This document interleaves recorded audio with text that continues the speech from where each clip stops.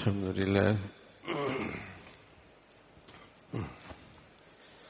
الحمد لله والصلاة والسلام على سيدنا محمد وعلى آله وأصحابه أجمعين. أما بعد فأعوذ بالله من الشيطان الرجيم وعلى آله وأصحابه وسلم. میرے معزز مسلمان بزرگوں، عزیز بھائیوں، دین اسلام امت اسلامیہ کو اور امت مسلمہ کو ایک برادری قرار دیتا. جو بھی آخری نبی پر ایمان لے کے آتے ہیں اور انہیں اپنا پیغمبر مانتے ہیں اور اللہ کے رسول پہ ایمان رکھتے ہیں، اسلام انہیں ایک برادری قرار دیتا ہے. جیسے امت اسلامیہ امت مسلمہ کہتے، اور قرآن مجید نے اس کا مختصر سا تذکرہ یوں کیا کہ رحماء بینہم، ایمان والے آپس میں ایک دوسرے پہ مہربان ہوتے. جہاں واقعی ایمان اور اسلام ہوتا ہے وہاں مسلمانوں میں محبت، شفقت، خیرخواہی، بھلائی کے جذبات ہوتے ہیں. اور پیارے نبی فرمانے لگے کہ ایسا جذبات ہوتے ہیں مسلمانوں کے آپس میں جیسے کہ جسم کے مانند، کہ اگر جسم کے کسی حصے میں تکلیف آ جائے تو پورا جسم بے خوابی میں اور تکلیف میں اس کا شریک ہو جاتا ہے. جیسے جسم کے کسی حصے میں درد ہو تو پورے جسم اس کا ساتھ دیتا ہے، اس تکلیف میں، اس بخار میں، اس بے خوابی میں. تو پیارے رسول صلی اللہ علیہ وسلم فرمانے لگے تری المؤمنین فی تعاطفہم وتوادہم وتراحمہم، کہ تم مسلمانوں کو ایسا دیکھو کہ ہر دیکھنے والی آنکھ دیکھ لے کہ ہاں یہ مسلمان ہے اور ان میں ایسا محبت ہے، اور ان کا آپس میں ایسا تعلق ہے سچے مسلمانوں کا. اللہ نے اسی انداز میں تذکرہ فرمایا کہ رحماء بینہم، وہ آپس میں ایک دوسرے پہ مہربان ہیں. کہاں مسلمانوں کا یہ منظرنامہ اور کہاں آج مسلمانوں کی حالت، کتنا فاصلہ ہے. سچ یہ ہے کہ جہاں ایمان کی حقیقت ہوتی ہے اور اسلام اپنی روح کے ساتھ ہوتا ہے تو وہاں پھر وطنیت کے بت حائل نہیں ہوتے، لسانیت کے بت حائل نہیں ہوتے، عصبیت کی گندگی نہیں ہوتی، فرقہ واریت کی سیاہی نہیں ہوتی. پھر وہ ایمان کی حرارت اور اسلام کا رشتہ ہر چیز پہ بالاتر ہوتا ہے. لیکن جب وہ ایمان دلوں سے نکل جائے تو پھر وہاں وطنیت آتی ہے، قومیت آتی ہے، عصبیت آتی ہے اور فرقہ واریت آتی ہے، اور پھر یہ مسلمان بہم دست گریبان نظر آتا ہے. بلکہ ایک فیشن سا بن گیا ہے، ایک فیشن سا بن گیا ہے. بدقسمتی ہے کہ مسلمانوں کو برا کہو اور غیر مسلموں کے گن گاؤ. یاد رکھیے یہ اسلام ہی ہے جو اقلیتوں کو تحفظ دیتا ہے، ان کی جان، مال، عزت، آبرو کو تحفظ دیتا ہے. اقلیتوں کے مذہب میں یہ نہیں ہے کہ وہ مسلمانوں کو تحفظ دیں. دنیا میں واحد ریاست یہودیت میں اسرائیل ہے اور آج دنیا اس کا ظلم دیکھ رہی ہے، اس کی درندگی دنیا دیکھ رہی ہے. یہ اسلام ہی ہے جو اقلیت کو تحفظ دیتا ہے، اس کی جان مال عزت آبرو. لیکن بعض جاہل ان پڑھ احمق وہ تو یوں بھی کہہ دیتے ہیں کہ اسلام کو کسی مذہب پر کوئی فضیلت حاصل نہیں. آپ کے ملک میں ایسے لوگ بھی ہیں اور بڑے عہدوں پر ہیں، وہ اقلیتوں کی حمایت میں اتنے آگے نکل جاتے ہیں کہ اسلام کی تعلیمات کا انکار کہ اسلام کو کسی مذہب پر کوئی فضیلت حاصل نہیں، سارے مذاہب ایک جیسے ہیں، سارے ادیان ایک جیسے ہیں. ایسے احمق لوگ بھی موجود ہیں. اور وہ علل اعلان کہتے ہیں، اللہ کا اعلان ہے ان الدین عند اللہ الاسلام، نجات اور فلاح کا راستہ، انسانیت کی نجات کا راستہ صرف دین اسلام ہے، قیامت تک کے لیے ہے. اور میں عرض کر رہا ہوں یہ دین اسلام ہی ہے جو ہر قسم کے اقلیتوں کی جان مال عزت آبرو کی حفاظت کی بات کرتا.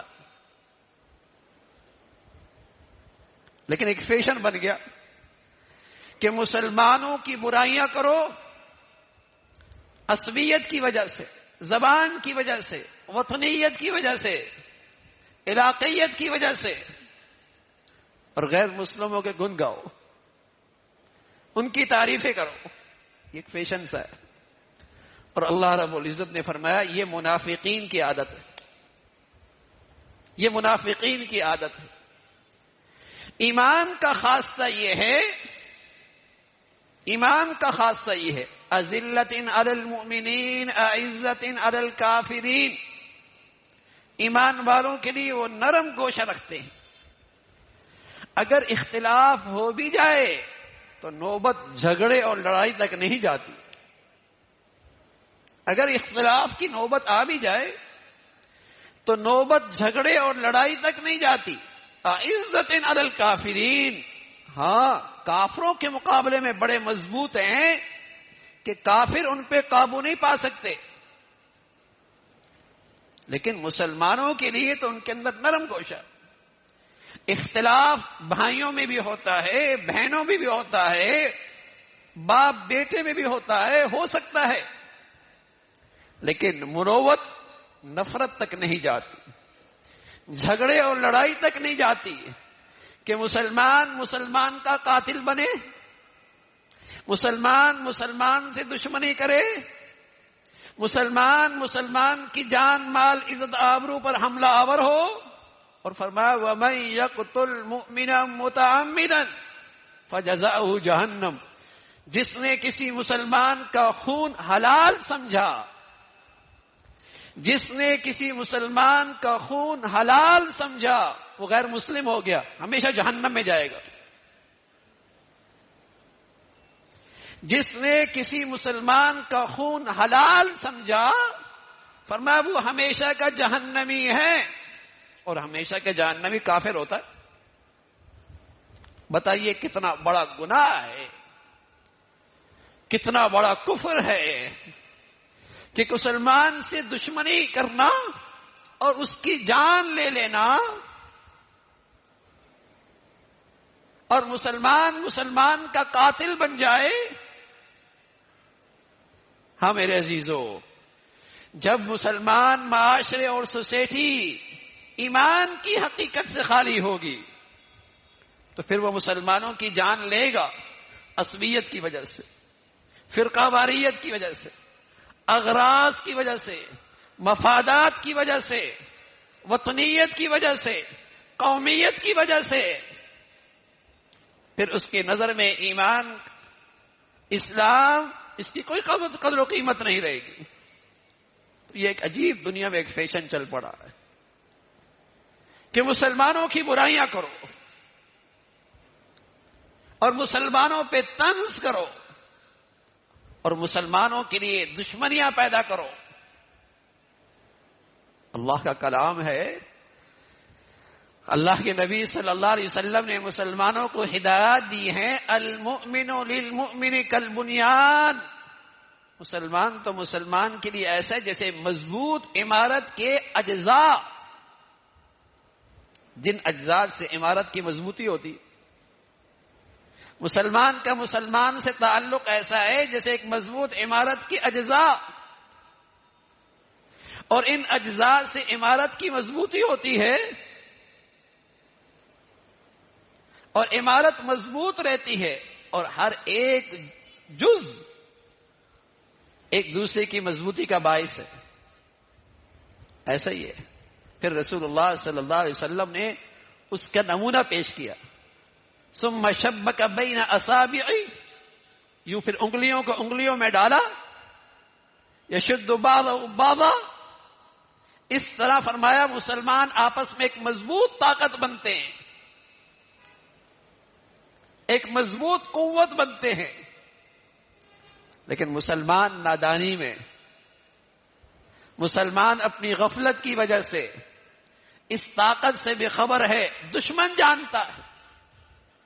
اس لیے دشمن جتنے وہ اپنے جنگی ساز و سامان پہ بجٹ خرچ کرتا ہے، جتنا وہ اپنی جنگی ساز و سامان پہ اپنی دولت اور بجٹ خرچ کرتا ہے، اس سے بھی بڑی دولت وہ اس پہ خرچ کرتا ہے کہ مسلمان معاشرے اور مسلمان سوسائٹی اور مسلمان ملکوں میں اسلام اور ایمان نہ رہے.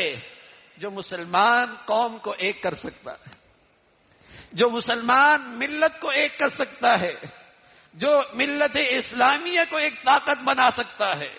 میں عرض کر رہا ہوں جتنا بڑا بجٹ وہ اپنی عسکری آلات اور وسائل پہ خرچ کرتا ہے، اس سے بڑا بجٹ وہ مسلمانوں میں تفریق، مسلمانوں میں نفرت اور مسلمانوں میں بے دینی کو فروغ دینے کے لیے خرچ کرتا ہے.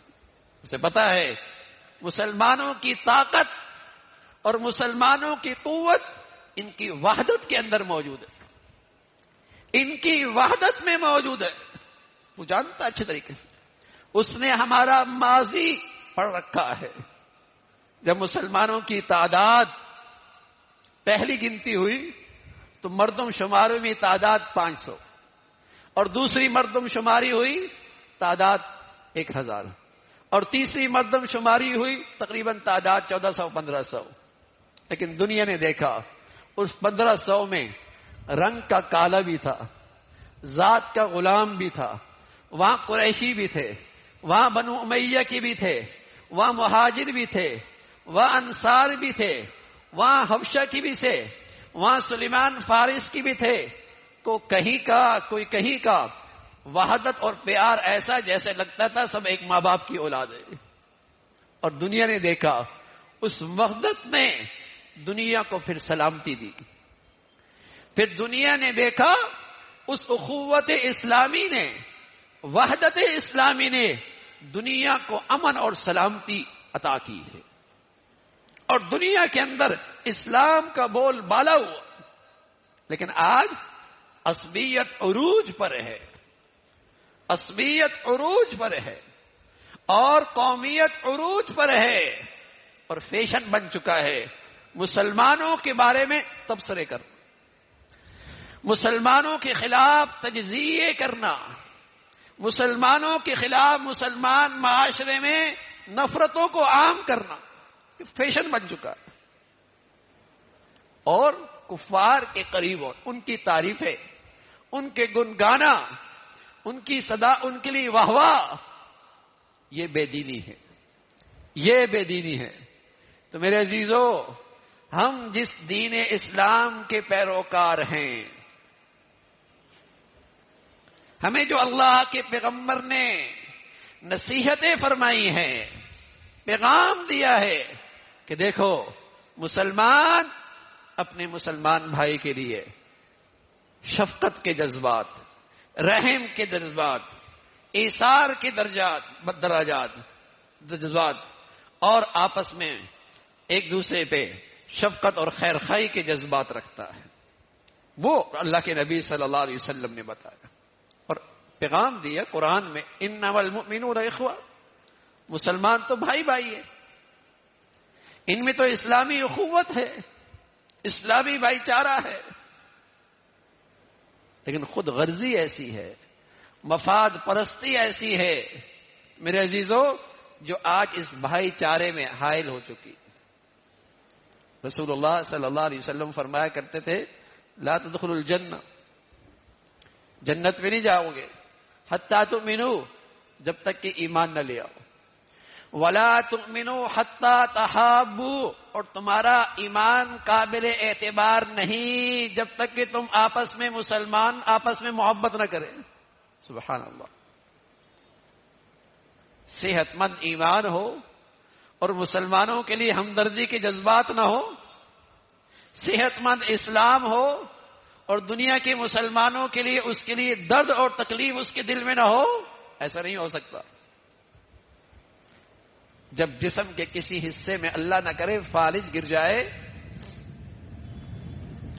تو وہ دوسرے جسم کے حصے کا درد محسوس نہیں کرتا۔ جسم کے کسی حصے میں فالج گر جائے تو وہ جسم کے دوسرے حصے کی تکلیف محسوس نہیں کرتا۔ فالج گرا ہوا سن ہو گیا، اس میں زندگی نہیں ہے۔ ہاں میرے عزیزو، جب آدمی کی ایمان پر قومیت اور وطنیت، عصبیت اور لسانیت یا بے حیائی اور دنیا پرستی کا فالج گر جائے اس کے ایمان پر، تو پھر وہ دوسرے مسلمان کا درد اور تکلیف محسوس نہیں کرتا۔ فالج زدہ ہے اس کا ایمان، فالج زدہ ہے اس کا اسلام، درد محسوس چہ جائے کہ مسلمان کی عزت پہ حملہ آور ہو، گالم گلوچ کرے، اس کو حقیر جانے، اس کو رسوا کرے، اس مسلمان کے خلاف پروپیگنڈے کرے۔ اسلام میں اس کی کہاں گنجائش؟ اس کا تو مسلمانی سے کوئی تعلق نہیں۔ اختلاف ہو سکتا ہے، نفرت نہیں ہو سکتی، اختلاف رائے ہو سکتی ہے، لیکن ایک دوسرے کا جانی دشمن نہیں ہو سکتا، ایک دوسرے کا قاتل نہیں ہو سکتا، ایک دوسرے کی عزت پر حملہ آور نہیں ہو سکتا، اختلاف رائے ہو سکتا۔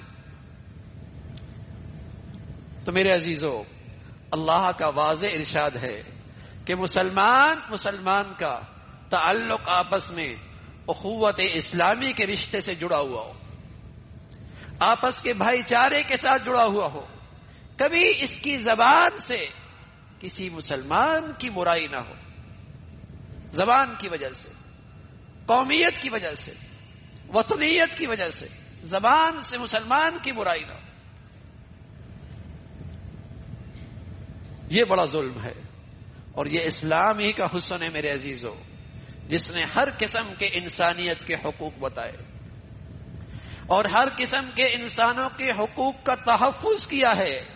بلکہ رسول اللہ صلی اللہ علیہ وسلم فرمایا کرتے تھے اگر تمہارے ملک میں اقلیت بھی رہے جو غیر مسلم ہے، لیکن تمہارے ملک کے قانون کے مطابق رہ رہے ہیں اور تمہارے دین اسلام کا احترام کر رہے ہیں، تو یاد رکھنا اگر تم نے ان پر زیادتی کی اور ظلم کیا تو کل میں ان کے مقابلے میں ان کی طرف سے کل تمہارے مقابلے پہ کھڑا ہوں، ان کی طرف سے تمہارے مقابلے پہ کھڑا ہوں۔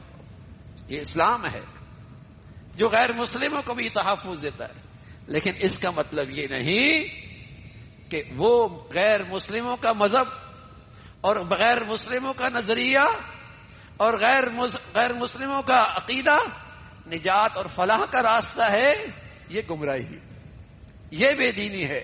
نجات اور فلاحت کا راستہ صرف دین اسلام ہے، اور قیامت تک جو اللہ کے ہاں دین مقبول ہے، نجات کا راستہ ہے، وہ صرف دین اسلام ہے۔ وَمَن يَبْتَغِ غَيْرَ الْإِسْلَامِ دِينًا فَلَن يُقْبَلَ مِنْهُ، اگر دین اسلام کو کسی اور راہ پہ چل گئے تو اللہ کے ہاں وہ راستہ قبول نہیں ہے۔ اور عمر رضی اللہ تعالیٰ فرمایا کرتے تھے اعزنا اللہ بالاسلام، ہمیں اللہ نے اسلام سے عزت دی ہے، ہمیں اللہ نے اسلام سے عزت دی ہے۔ اسلام کی نسبت سے اللہ نے آج ہمیں یہ بلند مرتبہ اور مقام عطا فرمایا. وَمَن يَبْحَثْ دُونَهُ أَذَلَّهُ اللَّهُ. جس نے کسی اور طریقہ زندگی میں، کسی اور تہذیب میں عزت اور فلاح چاہی، اللہ اسے ذلیل و رسوا کر دے گا. اللہ تعالی ہمیں نعمت اسلام کی قدر نصیب فرمائے اور اس کے جو تقاضے ہیں اور اس کی جو آداب ہیں، اللہ اس کی زندگی میں رعایت رکھنے کی توفیق نصیب فرمائے. وآخر دعوانا ان الحمد للہ رب العالمین.